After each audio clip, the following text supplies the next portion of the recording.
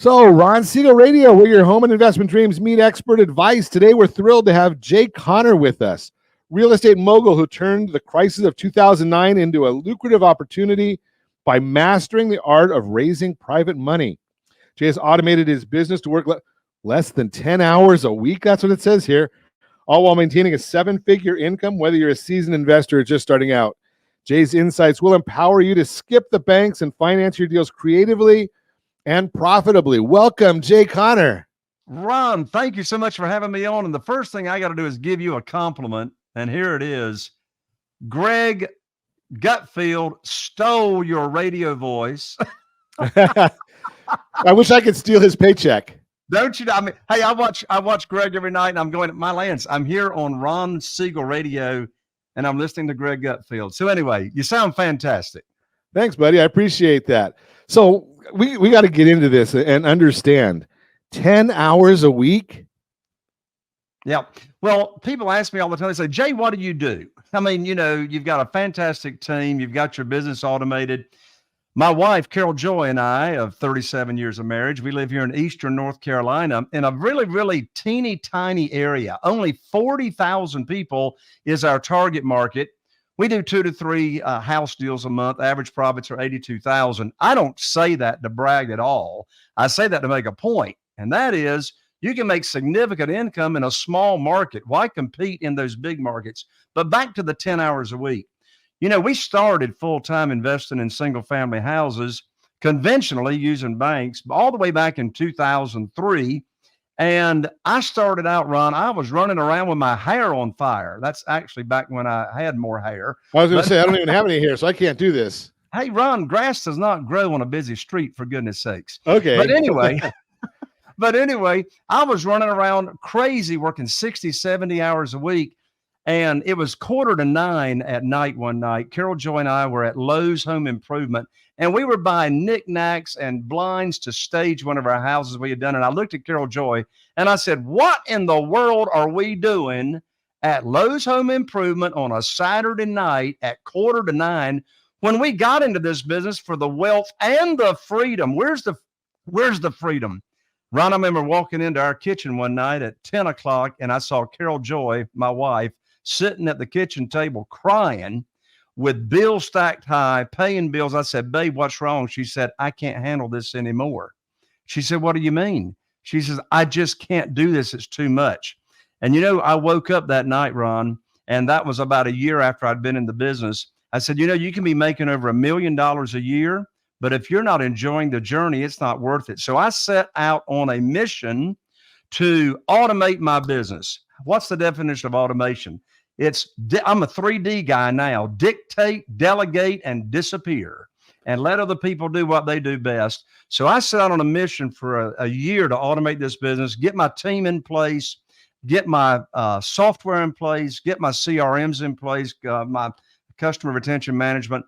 I mean, I've got the same acquisitionist that talks to the sellers of houses for 18 years. She and I might talk on the phone once every other month. Everything is communicated on the internet, on the software. So I set out on a goal to get to myself to a position to where I'm running it and it's not running me. So what do? I make decisions. What do I make? What offers do I want to make on houses and et cetera?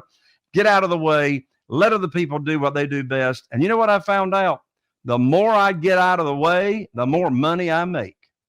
I like that idea. And I love your definition of automation. Mine's very similar to yours. My definition of automation is somebody else does it. Right. Well, it's either people or it is, you know, systems in place and software. And, you know, a big part of my automation is using virtual assistants, and I pay them just for the efficiency and for the work they do. So it doesn't cost a lot of money to really start automating your business. That's pretty interesting. So, I mean, you're doing 2 to 3 deals a month, you said, in a population of 40,000. So you don't even go out of that geography. I don't. We stay right here. We've rehabbed, renovated over 500 houses now. Of course, that's over quite a few years. But I got to thinking about it. You know, over the years, that's a pretty good percentage of our population that we've done. That's what I was going to say. You've probably have you done many of them repeat? Absolutely. I've done the same house 3 times, more than, it's like, why do I keep getting this house back, or why do I keep buying it? I don't know. It's really strange. But yeah, I've done a handful of houses 2 and 3 times. Do you ever keep them, or are you just buying them and rehab and sell? In this market, I'm flipping because right now our inventory is still non-existent. I mean, I put a house on the market 2 Fridays ago. And here's a little secret I do when I put a house on the market to sell, and I'm not a realtor on purpose. I've got the same realtor for 19 years. And when we put a house on the market to sell one of our investment properties on Mondays, Ron, I have my realtor put it in the multiple listing service with a music video. It's staged to the hilt, 50 pictures, professional. And we go in a status called coming soon, which means they can see the music video, they can see the pictures, they can see the price, but they can't get in the house. And then Friday morning, we go active. So what am I doing? I'm building up demand for that house, right? And so 2 Fridays ago, it went active on Friday. By Sunday afternoon, we had 22 showings and 7 offers, all above asking price. The reason I share that, that's the market that we're still in here in Eastern North Carolina. So I'm buying it at huge discounts, fixing it up, brand new looking, put it in the multiple listing service. But over the years, I've sold a lot of homes on rent to own. I don't believe in straight rent. In fact, I think straight rent is stupid. And I'll tell you why I think straight rent is stupid, because when I can sell it on rent to own and they're responsible for repairs after 30 days, and I can get a large non-refundable lease option deposit, at least here in North Carolina, and they're going to do repairs, why in the world would I do a straight rent? But in answer to your question, in this market today, I'm buying, banking them beautiful. And I mean, I just put a house under contract yesterday on the ocean here in Atlantic Beach, North Carolina. After repaired value, it's actually a condo, it's not a house, but oceanfront, after repaired value is $600,000, maybe $625,000. I know you can't even buy an outhouse for that in California, but I'm buying it for $425,000, and the renovations are less than $10,000. So those are the kind of properties we're doing, and we're funding all these deals with private money from individuals that are investing in our deals. Well, we got to dig into that one, but we're going to come back and talk about how private money, and you're finding properties for $200,000 below market value in a market that's really, really tight and tough. You're going to have to share some secrets with us when we come back. Continuing our conversation, Jay Conner is with us. He's a private money authority.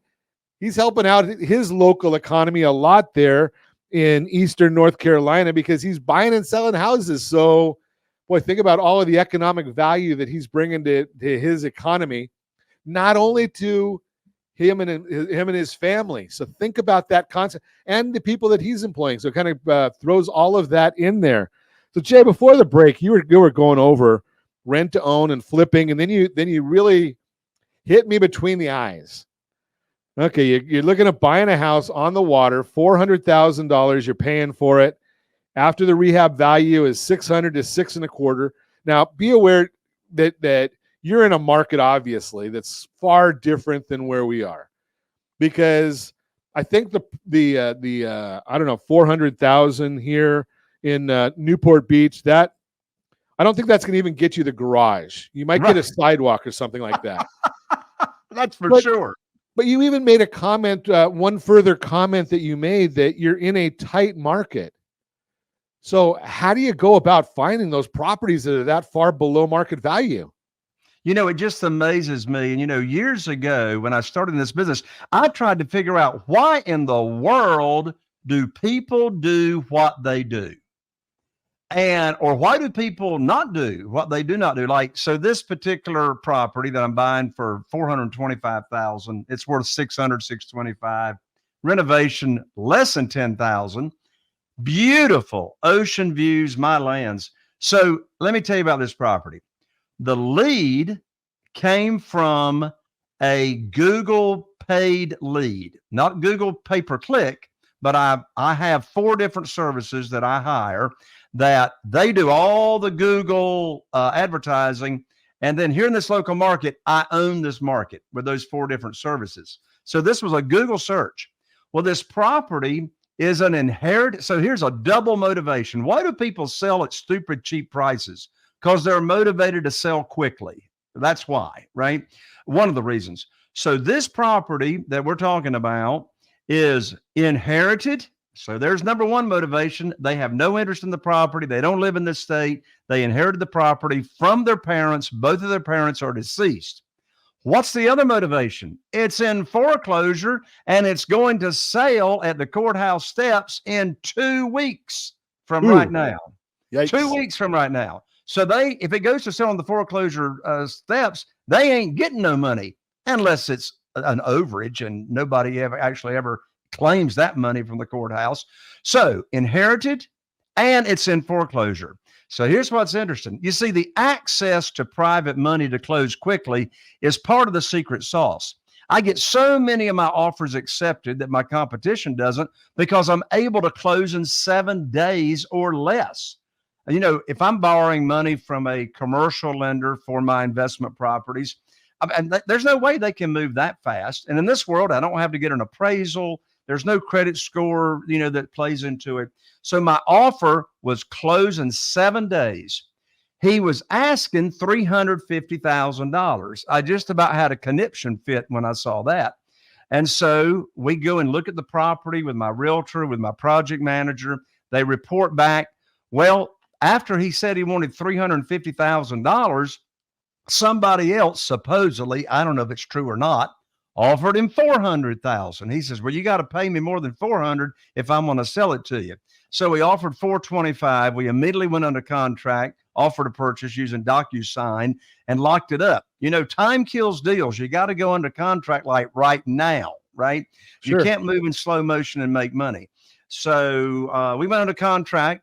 So that's where the lead came from. And here's the reason that he took our offer is because we could close in 7 days and put money in his pocket instead of it going to the foreclosure courthouse steps. So the secret there is you've got to be known or have somebody that knows what they're doing to find those deals for you. Absolutely. So here in our small market, we're using Google pay-per-lead. We're using Facebook ads. We direct mail all foreclosures once they've been filed. I have a full-time outbound caller. Now, if you're just looking to get into real estate investing, you don't have to do all that stuff. I didn't start out doing all that stuff. That's just, as the business grew. And so I would much rather be a big fish in a little pond, and this is a little pond around here, versus a small fish in a big pond. Now that's a key nugget right there, because we're broadcasting right here in Southern California, big pond. I think in 2 zip codes by right where we're broadcasting, we have more than 40,000 people, no less. I think the county is like 3 million or something like that. So are you recommending that if I wanted to get into doing this, I go out into the Tules in the suburbs or rural areas?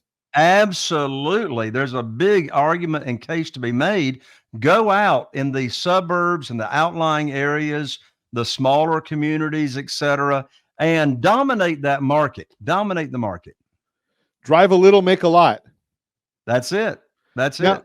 Now, are these strategies in the book that we're going to talk about in a minute? So the book, I finally finished my book. People have been asking me for it forever. The book is called Where to Get the Money Now, that we're going to give away for free. But the book primarily focuses on how to get private money lined up to fund your deals. And when I'm talking private money, I'm not talking any kind of institutional money or hard money lenders. If somebody's listening and you're familiar with the hard money, I'm talking about getting money from individuals, human beings that are using either their investment capital and or their retirement funds that they have moved over to a self-directed IRA company and then funding our deals. So yeah, the book is all about getting the money lined up. And I tell you, Ron, I know you've heard this. I'm getting ready to say something, and I think you would agree with me, Ron. I'm getting ready to find out. These gurus going around the nation that say, this makes me want to throw up, Ron. The gurus that are saying, just get the deal under contract. The money will show up. I want to say, where is the money going to show up? Is it going to rain out of clouds? And so I practice and preach, get the money lined up first. I mean, people that work with me, they get more than 500,000, more than $1 million lined up in less than 30 days. There's always going to be deals, but you know what? I just don't want the stress of getting a property under contract, and I don't have a clue where the funding is coming from. Always going to be deals. Get the money lined up first.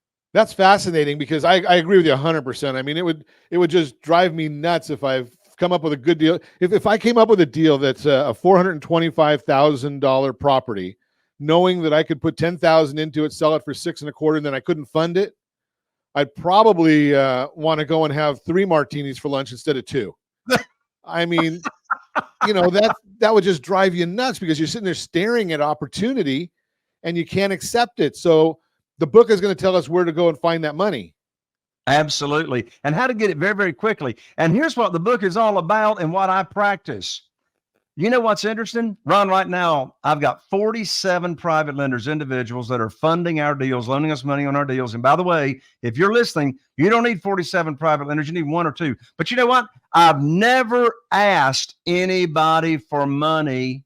And I got $8.5 million that I use from project to project. Ron, when we come back from the next break, I'd love to share how I get my deals funded without ever asking for money and never pitching a deal. That sounds great to me. That's what we're going to chat about when we come back. Continue our conversation. Money from heaven. Well, I don't think that's the exact word, but we're talking this morning with Jay Conner. He's helping us with he's a private money authority. He's got a new book that's coming out. I got a tough question about your book, Jay, because we do radio every morning, and the funny part of it is I can't read. No, I can read, but I'm just not very good at it. So is your book available on Audible? Yes, the book Awesome. is available on Audible. Absolutely. In fact, it just got published on Audible 2 weeks ago. So perfect timing. So they can get it on Audible, but I'd love to autograph it and send it to your audience as well. Okay, so I'm going to have to get both because I can't read, but I like to have it in my library because that way I can get a library as big as the one you've got behind you. But let's talk about this private lenders. Where do you find these people? Yeah, great question. So private lenders are in 3 categories, and here they are. The first category are people in your own network.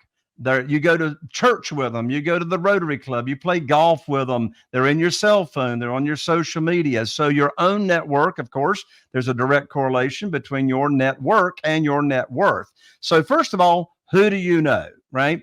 The second category is what I call your expanded warm market. I have real estate investors telling me all the time, particularly that are new, they say, all my people are broke. I don't know anybody that's got any money. Well, first of all, I don't believe them. But second of all, I think you should expand your network. Here's some secret sauce right here. I'm going to give you a resource right now where I have gotten millions of dollars of private money over the years from right here in 8,000 population Morehead City, North Carolina. It's called BNI, Business Networking International. That was founded by Ivan Meisner decades ago. And it's not like a civic club. It is an organization. You join the local organization and you have 20, 30 other people on your sales team that are giving you leads. So I joined as a real estate investor that pays people high rates of return safely and securely to my private lenders. So I got a ton of leads of people wanting to get high rates of return safely and securely that were sick and tired of the volatility of the stock market. So your expanded warm market, how do you grow that quickly? The third category where private lenders are located is what I call existing private lenders. These are individuals like you and me that have retirement funds that are in a self-directed IRA company, or they just have investment capital. Here's the question: where do you find existing private lenders? Well, my book, Where to Get the Money Now, reveals in your own backyard where you can find existing private lenders. Let me go ahead and tell you a few resources. First of all, years ago, I hired my real estate attorney's paralegal to search public records in our local county, looking for individuals that were loaning money out secured by real estate. 90 days went by. We found only 2 people. I said, there's got to be a better way. So we started developing our own software called the Private Lender Data Feed. So in our software, we get every private lender loan that's closed in the nation. You can go in the data feed, search by zip code, and you can find all these private lenders with their contact information and the interest rate that they are accustomed to getting. But here's a free resource right here. And that is, did you know that over 70% of account holders at self-directed IRA companies want to loan the real estate investors money. Here's the difference, though. You see, they already know the game. They're already knowing the interest rate they're accustomed to getting. But in the warm market, your own warm market that you're doing business with people that you've got some kind of connection with, guess what? You get to make the rules as the borrower. We set the interest rate. We set the frequency of payments. We set the length of the note. We put the rules together. And that's the secret sauce as to how I got $2,150,000 in private money the very first 90 days after I was cut off from the banks. How did I do it? Here's the answer. I put on my teacher hat, my private money teacher hat, and I started teaching people that I knew and know what private money is. And I did it without ever asking anybody for money or pitching a deal. And since that time, I've never missed out on a deal for not having the money. So let me ask you this, because you made a comment there that the people wanting high rates of return. How do you define, what does high rate of return mean? Well, it's very different from hard money lenders who are institutional lenders that broker hard money. By the way, I've got great friends who are hard money lenders. I say establish as many relationships as you can with all of these lenders and resources. But how in the world do I get the money? Ron, for goodness sakes, I'm going so fast, I forgot your question. What was the question? How do you define high rate of return? Here's what's interesting. You know, I mentioned a moment ago that we make the rules, we set the interest rate. I started borrowing private money in 2009 when I was cut off from the banks with the global financial crisis. And I started paying my private lenders 8%, no points, no origination fees. And guess what? Today, in this crazy market, I'm still paying my private lenders 8% and no points. And people in recent times have been saying, Jay, how in the world are you still paying your private lenders the same interest rate when they can go to the local bank and get 4.5% or 5% APR and a 12-month CD? I said, that's real simple. There's two answers to that question. First of all, 8% is still a whole lot better than 4.5 or 5. The second answer is because I make the rules. I make the rules. You see, there's more money available than there are deals. Prior to COVID, there was $18 trillion in cash sitting on the sidelines here in the United States. Today, this side of COVID, $31 trillion in cash sitting in people's checking accounts and retirement accounts. They don't know what to do with the money. It's our responsibility to relieve them of their problem by putting on our teacher hat and showing them how they can get these kind of rates of return safely and securely. Now, are you putting a lien on the property for the money? Is that what their idea, their security? Absolutely. We are not borrowing unsecured funds, and you can legally, but I recommend you don't do it. Protect your private lenders. Here's the deal. All my private lenders, 47 of them, never even heard of private money until I told them about it and how they could do this. So here in North Carolina, most people call it a mortgage in North Carolina. It's a deed of trust that collateralizes the note. So we back that note with the real estate that we're buying. I don't borrow more than 75% of the after repaired value. I didn't say 75% of the purchase price, 75% of the after repaired value. We also name our private lenders as a mortgagee on the insurance policy. So if there's ever a claim on that insurance policy, that check is made payable to the private lender and to my company. We also name them on the title policy as an additional insured in case there's any title issues down the road. So it's conservative, it's safe, and every one of my private lenders has gotten every cent coming to them ever since we started doing this in 2009. So if you're looking at if you're borrowing 75% of the after rehab value, then you've got to be buying it for that or less. Oh, yeah. So I'm typically, if there's no rehab, I'm not buying it for more than 70% of the after repaired value. And if there's rehab and repairs, which there typically are, here's my formula for the maximum that I pay. Here we go. I take the after repaired value. Now, this is only when I'm paying all cash with private money. I take the after repaired value times 70% less estimated repairs and that equals my maximum offer. But then if it's less than 300,000 after repaired value, I subtract another 10,000 for Murphy. And you know who Murphy is. He always shows up. If it's an after repaired value of over 300,000, I subtract an additional $20,000 from my maximum offer for what I call the Murphy factor. Typically, I'm buying houses with a median price at 50% or less of the after repaired value. You know, and I'm glad you said that, Jay, because one of my pet peeves that we've talked about on Ron Siegel Radio many, many times is my wife likes watching these DIY shows or the fix and flip shows, and every single one of them has a Murphy item that comes up, and not one time do they ever have in their budget something for the unexpected. Drives me bananas. It drives me bananas too. Here's the deal. Out of over 500 houses that we have renovated, rehabbed, and sold, not one of them has come in on budget, for goodness sakes. Not one of them has come in on budget. It always costs more than you think. It always takes longer than you think. So what do you have to do? You got to know that formula. You see, with my private lenders, the reason they have received every penny coming to them that was due to them, it's not because I estimate repairs perfectly. The magic is in the offer. It's because you buy the property right, and that's how you mitigate the risk. You always make more money on buying than on selling. But I want to give you a couple seconds here because we're almost out of time. Tell us about the book and where we get it and all that kind of good stuff. Here's the book, folks. This is not an ebook. It's a real book. This is called Where to Get the Money Now. Subtitle, How and Where to Get Money for Your Real Estate Deals Without Relying on Traditional Lenders or Hard Money Lenders. I'll autograph it. I'll priority mail it to you. All you got to do is just cover shipping. Here's where you get it. rsrlinks.com/Jay Conner. That's JayConner.